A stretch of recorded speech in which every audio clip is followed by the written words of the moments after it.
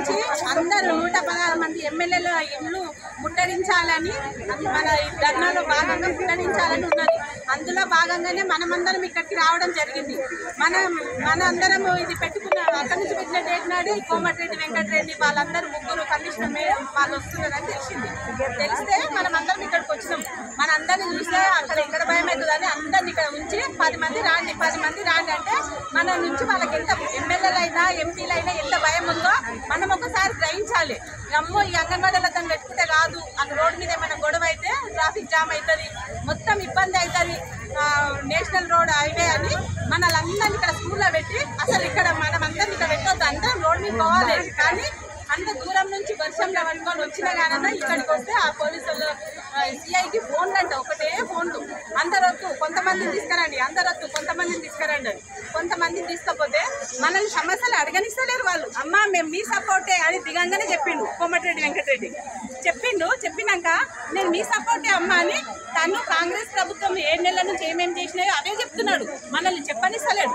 ఆఖరికి వీళ్ళన్న మా GO number 15 మాట్లాడాలంటే అప్పుడు అసెంబ్లీలో మాట్లాడతాము, అందరు ఎమ్మెల్యేలకు ఇస్తున్నారు కదా మాట్లాడతామని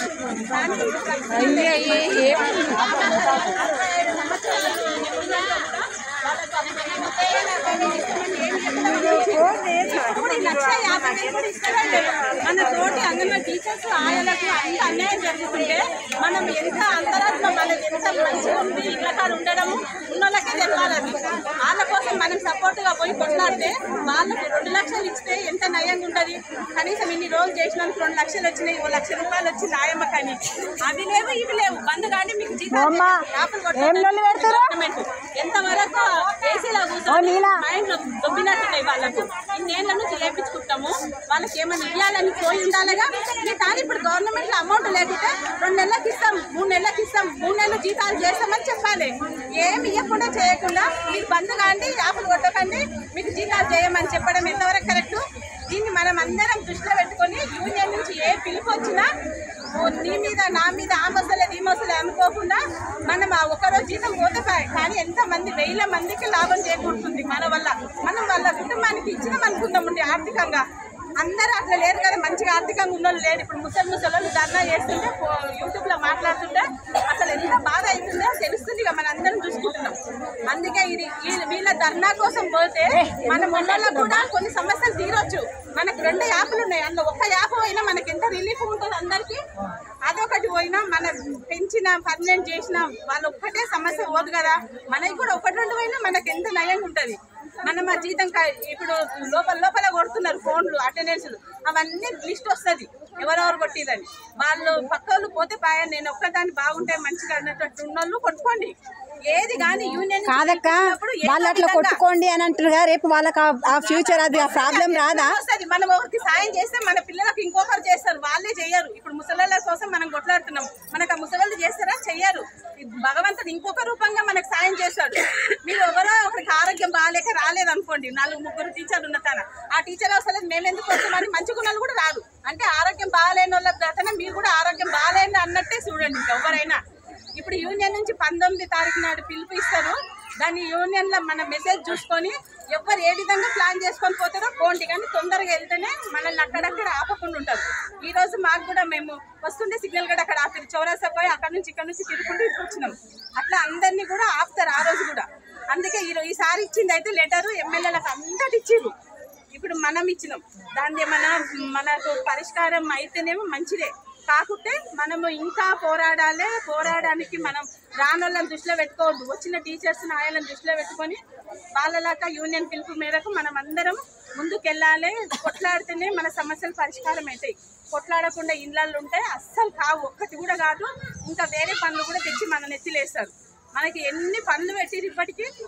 ఇప్పుడు అంతా పిల్లలంతా జైన్ అయినాక బడిబాట పెట్టి నవ్వుతాడు ఊళ్ళల్లో బడిబాట పెడుతున్నామంటే అట్లనే గవర్నమెంట్ ఆలోచన అట్లుంది చూడండి. పోయిన నెల పెట్టాలి బడిబాట, పోయిన నెల పెట్టలేదు, ఇప్పుడు ఈ నెల పెట్టింది బడిబాట. 250 రూపాయలు ఎవరికైనా ఇస్తారు.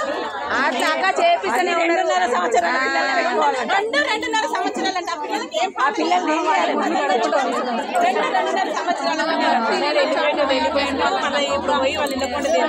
అందుకే యూనియన్ మస్తు కష్టపడుతుంది మనందరి కోసము. మనం మన కోసం పడతలేం కానీ యూనియన్ వాళ్ళు పడుతున్నారు. యూనియన్ అడగకుండానే ఎవరు వసూలు చేస్తే వాళ్ళకి ఇచ్చేయండి. వాళ్ళు అకౌంట్లు వేస్తారా పంపిస్తారా వాళ్ళ ఇష్టం. ఇక ఒకరు లీడర్ అంటే లీడర్లు ఎవ్వరు లేరు, లీడర్స్ ఎవ్వరు లేరు. అందరం సమానమే, అందరము టీచర్స్, అందరు ఆయలే. ఒకరు హుషారు ఉన్నోళ్ళు పని తక్కువ ఉన్నోళ్ళు వసూలు చేసి యూనియన్ దృష్టికి తీసుకుపోండి, అమౌంట్ అంతా వసూలు చేసి ఇవ్వండి. మనం ఇచ్చే అమౌంటే వాళ్ళు బతుకుతలేరు, మస్తు పని చేస్తున్నారు యూనియన్ నుంచి. మనకు ప్రతి నెల కొట్లాడి లెటర్ ఇస్తేనే జీతాలు వేస్తుంది కమిషనర్. ఎట్లా తెలుసుగా మనకు. పోయిన నెల అయితే 3 సార్లు జయలక్ష్మి అక్క వాళ్ళు యూనియన్ నుంచి పోతేనే జీతం వేసి అట్లుంది గవర్నమెంట్. మనము పోయి కొట్లాడతామా? అమ్మో నేను అంటే నేను పోము. మనము ధైర్యం చేసి మన సూపర్వైజర్నే మనం నొత్తి పెడతారు. మీకేం పట్టింది, మీరెందుకు వచ్చేసి మిగతా టీచర్లు లేదా అంటారు. వాళ్ళ భయానికి మనం పోము. యూనియన్ ఉంటే మన తరఫున యూనియన్ కొట్లాడుతుంది. వాళ్ళకి ఇచ్చే 50 రూపాయలు 100 రూపాయలేక మనం ఇచ్చేది. అవి ఇచ్చేయాలి. మనం ఎంత ఖర్చు పెట్టాము. ఊరికి అడిగిపించుకోవద్దు. ఈ యూనియన్ పైసల కోసం గొడవ పెట్టుకోవద్దు. ఈ అక్క ధర్నా కోసం పైసలలో అంటున్నాం.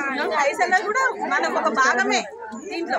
అందరూ యూనియన్ పిలుపు మేరకు మెసేజ్ చూసుకొని అందరు ఎప్పుడు కానీ కదిలి రండి. ఒక్కరు చెప్పరు. ఒక టీచర్ 10 మందికి ఏం ఫోన్ చేస్తుంది చెయ్యరు. ఈ అవకాశం ఇచ్చిన అందరికీ కూడా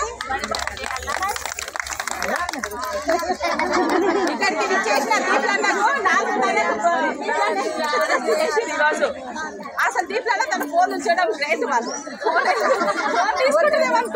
ఫోన్ తీసుకోలేరు అంటే SICIకి తెలుసు ఫోన్ తీసుకుంటే ఏదో విధంగా మెసేజ్ పోతే అంతకు వచ్చి లొల్లి చేస్తారని ఫోన్ తీసుకున్నందుకు కొంచెం ఇన్ఫర్మేషన్ మనకు వచ్చింది.